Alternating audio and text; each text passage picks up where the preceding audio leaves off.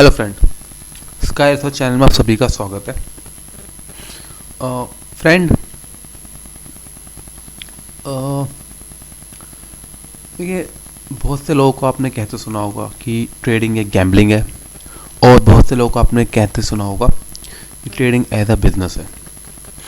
तो आज हम जानने की कोशिश करते हैं कि ट्रेडिंग एक्चुअल में है क्या ट्रेडिंग वाकई में गैम्बलिंग है या ट्रेडिंग एक बिजनेस है।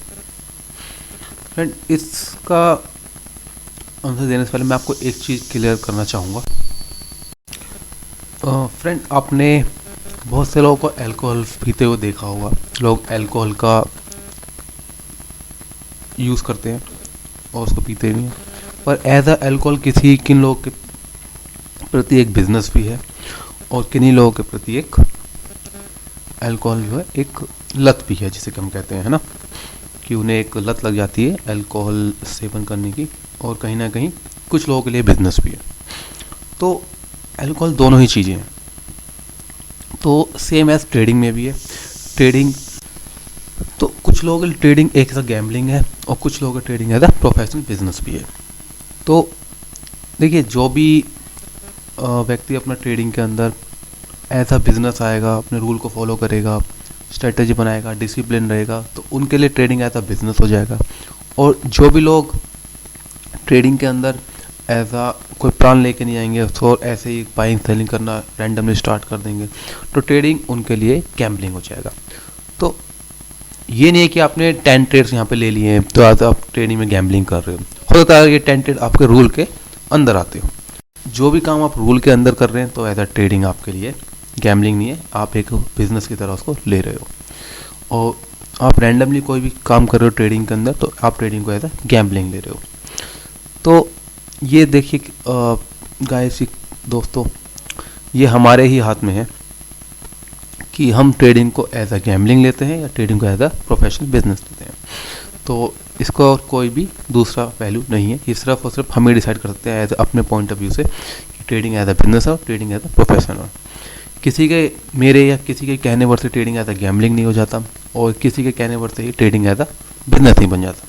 तो ये आप किस काम को कैसे कर रहे हो, तो ये उस पर डिपेंड करता है कि आप ट्रेडिंग को गैम्बलिंग की तरह ले रहे हो या ट्रेडिंग को आप बिजनेस की तरह ले रहे हो। तो आई होप आप समझ गए होंगे कि ट्रेडिंग एज क्या गैम्बलिंग है या फिर ट्रेडिंग एक बिजनेस है। तो ये आपके ही पॉइंट ऑफ पे निर्भर करता है। तो गाइस, अब हम बात कर लेते हैं पिछले वीक के प्रॉफिट एंड लॉसेस के बारे में। तो सीधे हम चलते हैं अपने अकाउंट के P&L के ऊपर। तो यहाँ मैं रिपोर्ट्स में आ गया हूँ, तो मैं यहाँ पे लास्ट वीक का निकाल लेता हूँ क्या भी। तो यहाँ पे मैं लास्ट वीक का निकाल लेता हूँ जो भी प्रॉफिट एंड लॉसेस हुआ है। आज 5 तारीख है।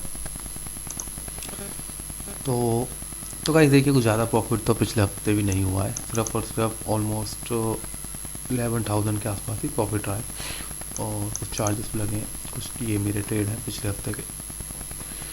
तो यहाँ पे जो लॉसेस हुए हैं वो 5,9 के लॉसेस हुए, प्रॉफिट हुए 7,5 के, और एक प्रॉफिट यहाँ पर हुआ था अच्छा खासा, उसके बाद यहाँ पर लॉस हुआ। तो ओवरऑल जो प्रॉफिट एंड लॉस है वो कहीं ना कहीं